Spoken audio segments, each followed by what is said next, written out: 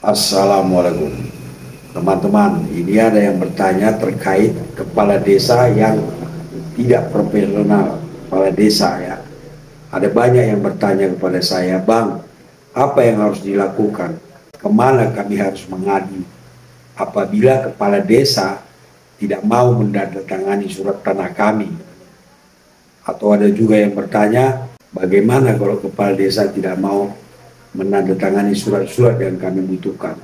Yang paling sering adalah terkait tanah, katanya kan, di mana kepala desa berpihak kepada salah satu sehingga dia tidak mau menandatangani surat tanah kami. Itu kan kami menjadi sulit untuk meningkatkan surat tanah kami menjadi sertifikat. Kalau misalnya tanahnya tidak jelas asal usulnya atau bermasalah, barangkali masuk akal kalau kepala desa tidak mau tanda tangan. Tapi kalau tanahnya tidak bermasalah, jelas asal usulnya, kepala desa tidak mau tanda tangan karena satu dua hal, atau karena ada intervensi atau ada kepentingan lain, itu menjadi masalah kan. Dan oknum kepala desa ini tidak juga menjelaskan apa alasannya, hanya didiamkan saja, tidak ditandatangan. Apa yang harus kita lakukan? Sebenarnya atasan daripada kepala desa ini siapa? Apakah camat, bupati, atau gubernur? Atasannya adalah masyarakat, teman-teman ya. Karena kepala desa kan dipilih oleh masyarakat. Namun ada lembaga yang mengawasinya, yaitu Badan Permusyawaratan Desa atau disebut BPD.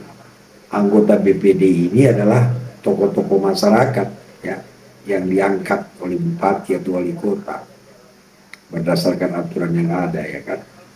Nah, mereka inilah yang mengawasi kinerja aparat pemerintah desa, termasuk kepala desa. Jadi kalau kepala desa neko-neko ya, banyak ulah dia, tidak profesional, tidak melayani, maka kita bisa melaporkan ke BPD ya. Kita perlu tahu bahwa kepala desa ini bisa dipecat atau diberhentikan apabila melakukan tindak pidana dan juga tidak melaksanakan tugasnya.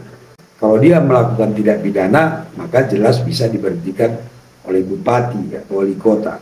Nah, kalau dia tidak profesional, tidak melaksanakan tugasnya sebagai kepala desa, maka melalui usulan daripada BPD tadi bisa dilakukan pemberhentian oleh bupati atau wali kota. Jadi kalau misalnya kepala desa ngarang-ngarang tidak melaksanakan tugas, ya tidak melayani masyarakat, laporkan ke BPD supaya BPD yang akan memeriksanya. Apabila dia tidak layak lagi menjadi kepala desa, maka atas usulan BPD tadi bupati bisa memberhentikannya, teman-teman. Bagaimana Bang kalau BPD-nya masuk angin? Kita sudah laporkan BPD, Badan Permusyawaratan Desa, tapi tidak juga jalan karena BPD-nya juga kong kali kong sama kepala desa. Maka laporkan ke bupati, ajukan supaya anggota BPD ini diganti, dipecat dengan alasan bla bla bla. Buat surat kepada bupati, tembuskan dia suratnya kepada DPRD. Jadi kalau ada kepala desa tidak melaksanakan tugas, berpihak atau mempersulit masyarakat, laporkan ke Badan Permusyawaratan Desa. Ya, kalau BPD-nya nggak jelas juga, laporkan ke bupati. Tentunya dengan alasan dan bukti-bukti yang kuat. Begitu ya. Dan saya berharap kepala desa, bapak-bapak yang sudah dipilih oleh rakyat, ya layanilah rakyat sebagaimana seharusnya. Terutama masalah tanah ya. Kalau memang tidak bermasalah tanahnya dan Anda tahu bahwa tanah itu memang tanah mereka, ya kan, ya tanda tanganlah, jangan dipersulit. Karena kalau Anda mempersulit, kasihan rakyat kita ya kan. Karena masalah tanah di kampung-kampung, di desa-desa ini masih sangat kompleks, terutama tentang bukti kepemilikan. Ini kepala desa memang sangat berperan. Tetap semangat, majukan desa kita.